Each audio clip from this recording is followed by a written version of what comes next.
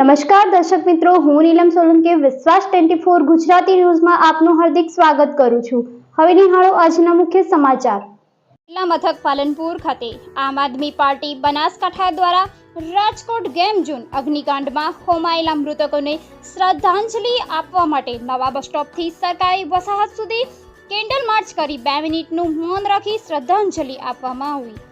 જેમાં જિલ્લા પ્રમુખ ભીખાભાઈ કોરોટ, લોકસભા પ્રભારી વિજયભાઈ દવે, જિલ્લા પ્રભારી આર.કે. પટેલ, મનહરદાન ગઢવી, માઇનોરિટી પ્રદેશ ઉપપ્રમુખ જાવેદ પરમાર, માઇનોરિટી વિંગ જિલ્લા પ્રમુખ સફરાજ ખાન ઘાસુરા, પાલનપુર પૂર્વ તાલુકા પ્રમુખ કલ્પેશભાઈ સાલવી, એસસી સેલ જિલ્લા પ્રમુખ મુળજીભાઈ સૈંગલ, અમીરગઢ તાલુકાના પ્રમુખ સુબાજી ઠાકોર અને પાલનપુર તાલુકા પ્રમુખ જીતુભાઈ ચૌધરી અને પરવેશભાઈ હાડા તેમજ મોટી સંખ્યામાં કાર્યકરો હાજર રહેલ। બ્યુરો રિપોર્ટ તૌફિક સિંધીની સાથે પાલનપુર, બનાસકાંઠા। રાજકોટમાં ગેમ ઝોનમાં જે ગઈકાલે દુઃખદ ઘટના બની છે, એમાં 28 લોકોએ જીવ ગુમાવ્યા છે અને અસંખ્ય લોકો અત્યારે પથારીવશ છે। તો જે લોકોના મૃત્યુ થયા છે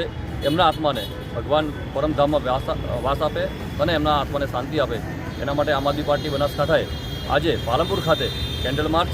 અને 2 મિનિટ મૌન પાળી અને એમના આત્માને શાંતિ માટેની પ્રાર્થના કરી છે। ગુજરાતની અંદર વારંવાર આવી ઘટનાઓ બનતી રહે છે।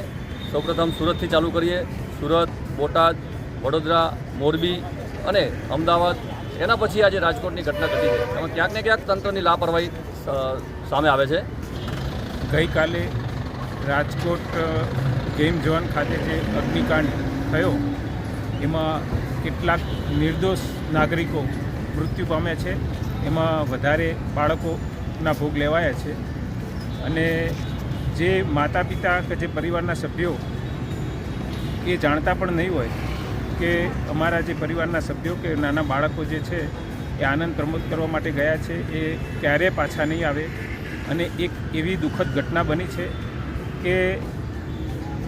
ખૂબ જ દુઃખની લાગણી પ્રસરી છે અને આ માટે જે વ્યવસ્થા તંત્ર અને સરકાર આવા બનાવો ગુજરાતમાં વારંવાર બને છે તેમ છતાં જાગતી નથી। તો આ જે ભોગ બનનાર મૃતકો છે એમના પરમ આત્માને પરમ શાંતિ મળે એના માટે આમ આદમી પાર્ટી બનાસકાંઠા તરફથી આજે કેન્ડલ માર્ચનું આયોજન કરેલું અને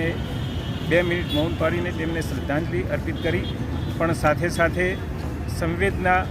એટલી થાય છે કે આપણે તમામ નાગરિકોએ